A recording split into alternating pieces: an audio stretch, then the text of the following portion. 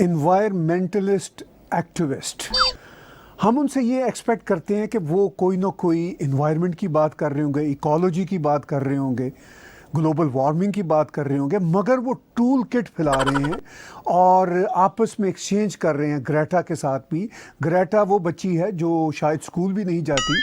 हम समझ नहीं सके कि साइंस के बारे में उसकी कितनी बड़ी नज़र है ग्रेटा की, लेकिन वो दुनिया को ग्लोबल वार्मिंग के और ये क्लाइमेट चेंज के बारे में बताती है।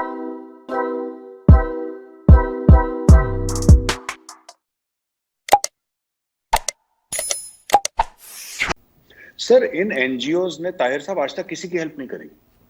ये कवर आइडेंटिटीज हैं। मैंने तो नहीं देखा, मैं हर रोज अखबार भी पढ़ता हूं, मैंने तो नहीं देखा इन्होंने कभी किसी की हेल्प करी है। आपने एनजीओ बनाया, आपने एनजीओ में फंड्स लिए अंदर से बाहर से, और फंड्स लेने के बाद आपने अपने काम में, जहां पे आपके आकाओं ने बोला, आप उस काम पे लग गए। ये कौन सा एनजीओ है सर? इस एनजीओ ने क्या करा है?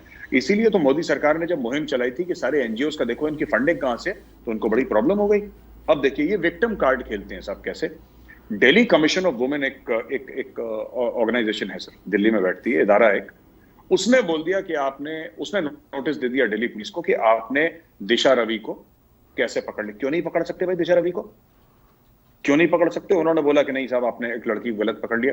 गलत पकड़ लिया तो जज डिसाइड करेगा ना सर, ये तो जज डिसाइड करेगा। तो ये जो एनजीओज हैं, ये ऐसे ऐसे इदारे हैं जो विक्टिम प्ले करते हैं ना सर। ये इतना खतरनाक इनका विक्टिम कार्ड है कि आप कल कुछ कह दीजिए, और आपने जिसको बोला अगर वो कोई फीमेल है, चाहे उसने 10 गलतियां करी हो, तो आपके ऊपर कुछ इनके जो खास लोग हैं सर, ये एनवायरमेंटल एक्टिविस्ट और इस टाइप के लोग, ये आपके पीछे, ये पहला तो आपके ऊपर एक, जैसे वो फास्ट बॉलर बाउंसर मारता है ना सर, पहला बाउंसर आपके ऊपर गिरेगा पेट्रियार्की का सर। पहले तो आप पेट्रियार्की में बिलीव करते हैं, ये आपको पहले बोला जाएगा। दूसरा आपको बोला जाएगा आप मेल शोविनिस्ट हैं, you are a women hater. ये ऐसी ऐसी बातें करते हैं जो आप तसव्वुर नहीं कर सकते। ये कई लोग फेस करते हैं कि जब हम बात कुछ और कर रहे हैं, लेकिन आप अगर ये आपकी बात से कन्विंस नहीं है या आपकी बात से अग्री नहीं करते, तो आपका वीक स्पॉट ढूंढते हैं और उस वीक स्पॉट पे मारते हैं। इनका आर्ग्यूमेंट से कोई लेना देना नहीं है। और कितने स्ट्रांग हैं ये लोग भारत में? सर, ये इंडिविजुअली स्ट्रांग नहीं है, ये अपने आप में स्ट्रांग नहीं है, लेकिन क्या होता है कि जब पीछे से मिल जाते हैं ये लोग, तो ये एक दूसरे के साथ कोऑपरेट करते हैं। जो हमारे लेफ्ट पार्टीज हैं, ये these are the most dangerous. लोग कहते हैं ना कि पीएफआई खतरनाक है और ये खतरनाक है, खालिस्तानी खतरनाक है, कश्मीरी टेररिस्ट। ये कुछ नहीं है। अगर हिंदुस्तान को खतरा है तो सबसे बड़ा खतरा सर कम्युनिस्ट से है, लेफ्ट से। These are the most dangerous people in India. वो तो अच्छी बात है कि इनको लगातार भारत के लोग हरा रहे हैं इलेक्शंस में। इनको पावर में बहुत कम जगह आने दिया, आप शायद केरला वेरला में ही, बाकी एक आध स्टेट में, वरना they are nowhere there. These are the most dangerous people all over the world, सिर्फ इंडिया के लिए नहीं। ये जिस मुल्क में गए इन्होंने उस मुल्क को डुबाया है। तो अकेले ये लोग पावरफुल नहीं है। अगर मैं बोलूं कि अकेले ये कोई एनजीओ बहुत पावरफुल है, नहीं सर, बिल्कुल नहीं। लेकिन ये 15, 20, 30 एक साथ मिलके अचानक आप देखिए, एक दिशा रवि को आप अरेस्ट करते हैं, यहां पे एक फार्मर यूनियन बोलने लग गई, एक तीसरा एनजीओ वो ट्विटर पे एक्टिव हो गया, कोई डेनमार्क में एक्टिव हो गया सर। ये इस तरीके से इनके पूरे स्लीपर सेल्स हैं जो चलते हैं, पीछे से सब कनेक्टेड हैं। नुकसान है सर इंटरनेशनल लेवल पे, ये लोग इमेज पे हिट करते हैं। इनके पास कोई रियल अथॉरिटी नहीं है, ये रियल पावर नहीं है इनके पास, ये कहीं पे भी पावर की पोजीशन में नहीं है। बस ये लोग क्या करते हैं, इंडिया की क्रेडिबिलिटी हिट करते हैं। इंडिया को ऐसी जगह हिट करेंगे जहां की इंडिया की इमेज खराब हो। तो आपने क्या करा, आपने रिहाना को पैसे दिए, राइट? रिहाना ने एक ट्वीट करा, why is nobody talking about this. Rihanna ने एक ट्वीट करा तो बड़ा साहब दुनिया में हल्ला वल्ला हो गया। रिहाना को पैसे मिले, रिहाना ने अपनी जेब में पैसे डाले, एक ट्वीट करा, कहानी खत्म हो गई। उसी तरीके से जैसे हमारे सुपरस्टार्स जाते हैं, जेएनयू में गए, एक दिया जलाया, फोटो अपॉर्चुनिटी मिली।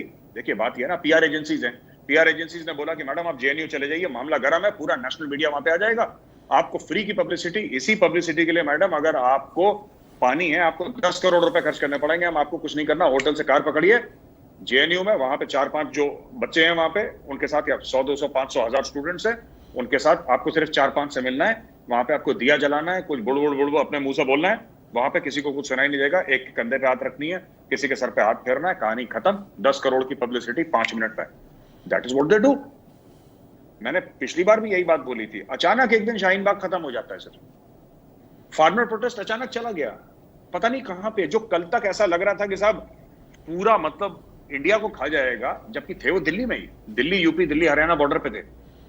ये ऐसे पोर्ट्रे कर रहे थे सोशल मीडिया पे, नेशनल मीडिया पे कि साहब अब पूरा इंडिया में आग लग जाएगी और ये हो जाएगा। अब फार्मर ही नहीं है वहां पे। आज सुबह की रिपोर्ट है, सिंगू बॉर्डर जो है साहब, सिंगू बॉर्डर में जहां पे 5,000 फार्मर थे वहां 50 बाकी है या 100 होंगे।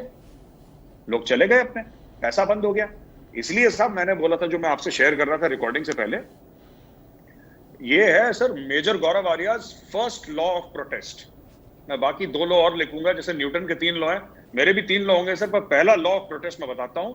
The first law of protest Tahir sahab is the intensity of any protest is directly proportional to the number of TV cameras covering that protest. Absolutely.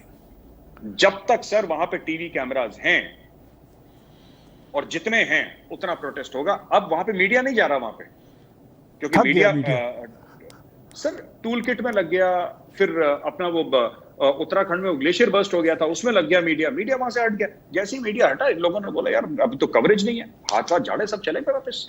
जो लोग कह रहे थे कि साहब मरते दम तक, शाहीन बाग में तो यही वर्ड यूज कर रहे थे ताहिर साहब कि हम लोग मर जाएंगे, कयामत के दिन तक यहाँ पे बैठे रहेंगे, फलाना ढिमका। कहां गई कयामत, कहां गया दिन, क्या हुआ, सब गायब। शाहीन बाग में ट्रैफिक चल रहा है, सब लोग भूल गए शाहीन बाग। तो ये आप देखिए ना, ये होता क्या है पीछे से। पाकिस्तान के पास पैसे नहीं है ये सब करने के लिए। भैया फार्मर प्रोटेस्ट है, जो भी आप करवाएंगे कुछ भी ठीक है, फार्मर के कुछ जो एहतजाज बिल्कुल करें ना, वो लोग प्रोटेस्ट करें, बिल्कुल उनका कॉन्स्टिट्यूशन हक है, लेकिन हर प्रोटेस्ट में पैसा लगता है। वो BMW वाले फार्मर, जो ऑडी वाले फार्मर थे, मर्सिडीज वाले फार्मर थे, वो कहां चले गए अचानक, क्या हो गया उनको, वो क्यों नहीं दिख रहे? जो पिज्जा खा रहे थे, आपको याद है लोगों ने बोला साहब क्या फार्मर जब जहर खाता था तो आपने नहीं बोला, अब पिज्जा खा रहा है तो आप बड़ा। वो बड़े बड़े लोगों ने, और दिलजीत दोसांझ करके भी एक्टर अच्छा है वो बेचारा, पर ये एक्टर क्या है कि अब पता है खुद, when these actors get into commenting in politics na, on politics, then they make sometimes, not all of them, there are some very intelligent actors who are in politics in India, and I am a huge fan and this thing, but many of them they make a fool of themselves when they give political comment. तो पता लगता है कि इनकी knowledge बड़ी shallow है। तो ये लोग आए साहब, ये लोग अपना कमेंट वॉमेंट करके चले गए। अब वो कहाँ है वो फार्मर? और खालिस्तानी भी बड़े मजेदार लोग हैं साहब, मैं तो बड़ा, मुझे अच्छा लगा। खालिस्तानी ने खूब मजे करे सर, खूब पिज्जे खाए, ऑडी शॉडी में खूब पंजाबी सॉन्ग सुने, अपने गदर मचाया यहाँ पे लाल किले पे, और जब पुलिस की लाठियां मिली तो गायब बिल्कुल। अब वहां पे देखिए 27 तारीख की सुबह से 9 खालिस्तानी, सारे खालिस्तानी गायब हो गए 27 तारीख की सुबह से, एक भी खालिस्तानी नहीं है। दिशा का करियर डिसाइड हो गया है। दिशा बनेगी, एक शाहीन बाग में थी बिल्किस दादी, ये दूसरी बिल्किस दादी बनेगी हमारे हिंदुस्तान में। इनको क्या, देखिए एक प्राइम मिनिस्टर ने बहुत बढ़िया वर्ड निकाला है, आंदोलन जीवी। आप कभी भी देखिएगा साहब, वही चेहरे आपको हर एक प्रोटेस्ट साइट पे मिलेंगे ताहिर साहब, वही चेहरे। वो फार्मर का प्रोटेस्ट हो, वो 370 का प्रोटेस्ट हो, वो डीमोनेटाइजेशन का प्रोटेस्ट हो, सेम चेहरे आपको मिलेंगे, वो 5-7 चेहरे। अब उसमें एक और चेहरा जुड़ जाएगा थोड़े समय के बाद, दिशा रवि का एक चेहरा जुड़ जाएगा उसमें। वही फिल्म स्टार दिखेंगे, वही 1-2 फिल्म डायरेक्टर दिखेंगे जिनके आंख से आंसू निकलते हैं गेटवे ऑफ इंडिया पे, वही जो अपने ट्विटर पे हैं, वही 8-10-15 लोग हैं वही पूरे इंडिया में, जो हर जगह आप देखिएगा। कल अगर कोई इंडिया गेट पे, इंडिया में प्रोटेस्ट हो रहा है, दिल्ली में इंडिया गेट है प्रोटेस्ट, वही बॉम्बे से फ्लाइट पकड़ के मोमबत्ती लेके वही 4-5 चेहरे फिट हैं। वो पिक्चरें उनकी बनती रहती हैं, director producer star cast remains the same film बार बार रिलीज होती है। And now people have started at, आप देख लीजिए बिल्किस दादी जो थी, उनका नाम बड़ा फेमस, और टाइम में 100 मोर। एक तो मुझे ये नहीं पता लगता कि टाइम मैगजीन कैसे, क्या इन्फ्लुएंस है बिल्किस दादी का? भाई मेरे घर के बाहर की साथ सड़क खराब है, ठीक करवा दो, तुम्हारा इन्फ्लुएंस है। बच्चे वाली बातें करते हैं लोग, मोस्ट इन्फ्लुएंशियल, ये कुछ भी कह देते हैं मोस्ट इन्फ्लुएंशियल। अच्छा कैसे? किसी 1-2 ने ट्वीट कर दिया कि बोला कि यार बिल्किस दादी बड़ी अच्छी है, तो बिल्किस दादी बड़ी अच्छी, वो पहुंच गई फार्मर के पास। अब अगला प्रोटेस्ट होगा, बिल्किस दादी वहां पहुंच जाएगी, बस दैट्स ऑल। आखिर में इस सारी सिचुएशन में आप क्या कंक्लूसिव रिमार्क्स देना चाहेंगे? ताहिर साहब, मेरा तो रिमार्क ये है कि इंडिया शुड बी स्ट्रांग, और जो हमारे कुछ भी लीडर हैं उनकी मंशा अच्छी है, वो चाहते हैं अच्छा हो, लेकिन मैं चाहता हूं कि दुनिया क्या कहती है आप इसके ऊपर ज्यादा तवज्जो ना दें। Washington post, New York times, Chicago Tribune, जो भी हैं कनाडा के, यूएस के, कहीं के भी अखबार हैं, यूके के, क्या कहते हैं छोड़िए ना, अपना कर्म करिए, फल की चिंता मत करिए। ये हमारे बारे में क्या कहता है? See, either I can do the right thing और आई कैन बी पॉपुलर, दोनों चीजें नहीं हो सकती। आपको हार्ड डिसीजन लेने पड़ेंगे, ठीक है, लोग आपके बारे में कहेंगे, ठीक है, ये वो है ना कि पीपल विल से समथिंग और द अदर, आप कुछ कर दीजिए, people will say. So you should stop worrying, especially what the foreign media says about you. I think some of our leaders are very sensitive कि foreign media ने ये बोल दिया, ऐसा बोल दिया हमारे बारे में। मुझे नहीं लगता इनको कोई भी फर्क पड़ना चाहिए।